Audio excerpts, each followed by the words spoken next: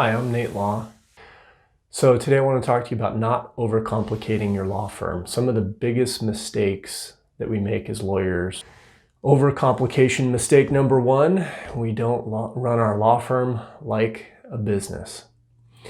We don't treat it like a business where we have to make sure that all the pieces fit together. Lawyers, when we're running a small business, we are a small business that is prone to the same mistakes and has to play by the same rules as a coffee shop, as a restaurant, as any other kind of profession, whether or not it's something that requires a lot of schooling or not. We're not immune just because we have a law degree.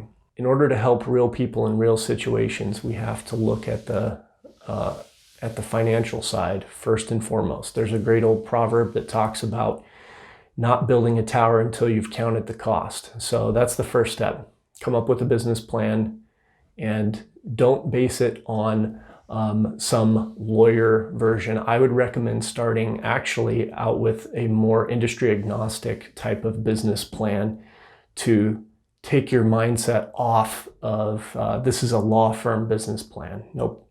You need to step away from that a little bit and get yourself more into the mindset that this is a business and the law is just the how of how you're going to help someone with that business.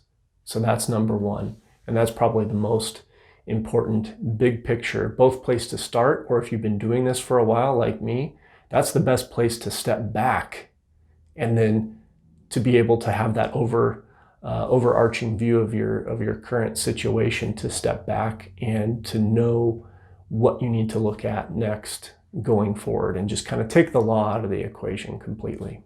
Don't ignore systems. We either have systems by someone much smarter than me said, you either have systems by default or by design. You know what I'm talking about. I'm talking about situations in your practice where you have constantly feel like you're reinventing the wheel. And so document automation is one of those. Another one is where you are going to pay the bills every month and you realize, hey, didn't I pay this bill already? No, I don't know. I got to go and check. Or not having a consistent plan or schedule to review your finances, to review your accounts, to review your cash flow. Those are all things that a lot of people put on the back burner because we're so focused on the law and we can't get out of our day-to-day skills as a lawyer and into putting on this hat where we have the responsibilities and the requirements of running a business, not just being in a profession. And we need to be working on our business, not just working in our profession as a lawyer. This is another important thing. It is okay to give up pieces of that strategically. You need to have this permission. It took me a long time to be able to admit that it was okay to let something go as a business owner, or that it was okay to let something go as a lawyer when I was working in the profession. On the profession side, one example of that would simply be drafting certain types of documents that I thought, no, I need exactly my wording in there. I need to have that all figured out.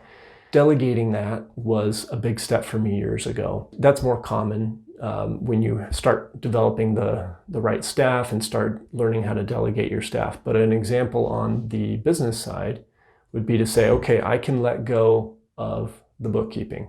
That's going to be one of the number one things that I'll recommend to all solo and small law firms is you need to have some accountability and consistency on that financial side. And the first place to start is with a bookkeeper. You've got to do that. That doesn't mean that you abdicate your responsibility as the person who's in charge of the finances of your firm.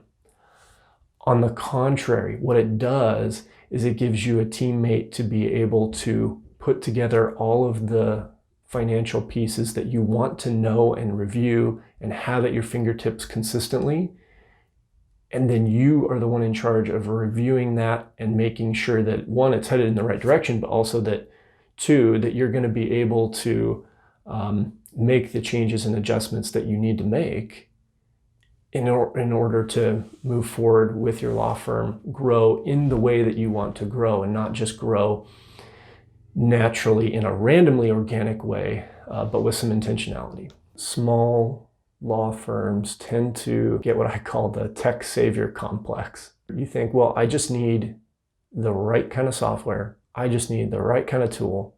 And then this whole area of my firm is just going to be dialed in. It's going to be so easy. And one of the books I would recommend for if you need kind of a manual or a how-to for certain areas of your business is Getting Things Done by David Allen. It's an older book, but it's been very well used by coaches, by even other authors who will reference it. And the reason it's good is because you can kind of take his summary, and then you can kind of take pieces of that, whether it's working on your email part of your tech, your filing system, things like that, to be able to get not just the technical aspects or software aspects of this, but kind of the why behind it. Technology. Talk about the easiest way to overcomplicate your law firm, not to mention your life. This is something that you have to keep simple. Please don't implement a new software or new system just because it looks shiny and it promises you something. You've got to go slow on this one. So in addition to getting buy-in from your team, another reason to go slow is the cost. You will overcomplicate and overcommit your law firm way too quickly if you jump into more tech, if you feel like that's the answer. So get out of your head that tech is a savior. It can be the absolute opposite. It can be a total time waster. So be careful about that. And this biggest thing that can overcomplicate your business is not taking the time to know your why, your purpose for even just being in this position you're in, why you exist. This is the softer side. This is the kind of self-helpy side that people just tend to ignore, especially type A, hard-driving lawyers that just want to get something done. They want to see the results. This is something that if you don't know your why, you are going to go off on all kinds of side trails, rabbit holes, things that just get you distracted and do not move your business, your life forward. And it becomes a hindrance because you get bogged down with the time that you're spending on either whether it's a type of law, certain type of case that doesn't match with why you want to be doing what you're doing or who you are meant to help, or whether it's a way that you're doing something. You get sidetracked because there are ways that other people are doing things that just seem really professional or really awesome because, well, it's unique. Be careful of falling into that trap because that doesn't mean it's unique to you. That might just mean that it works good for them and looks good to some people, but that doesn't mean it's going to be the right thing for the people that you know you're meant to be serving. You need to have a filter. The only way to have that filter is to look at your why and to recognize it, to know who you're supposed to be serving and how you're supposed to be doing that. The how can only come after the why. Simon Sinek talks about this and has talked about it for years. We need to always keep, when we're trying to not overcomplicate our business and to keep it simple, is to know that why. And even though that's the softer side, it is going to direct and order and inform how you go about making the most important decisions to not overcomplicate both your law firm and your life. Thanks, lawyer friends. Don't forget to like and subscribe to Coach Law, and we'll walk through more fun videos together as we learn about how to organize our business and our law firms. Thanks a lot.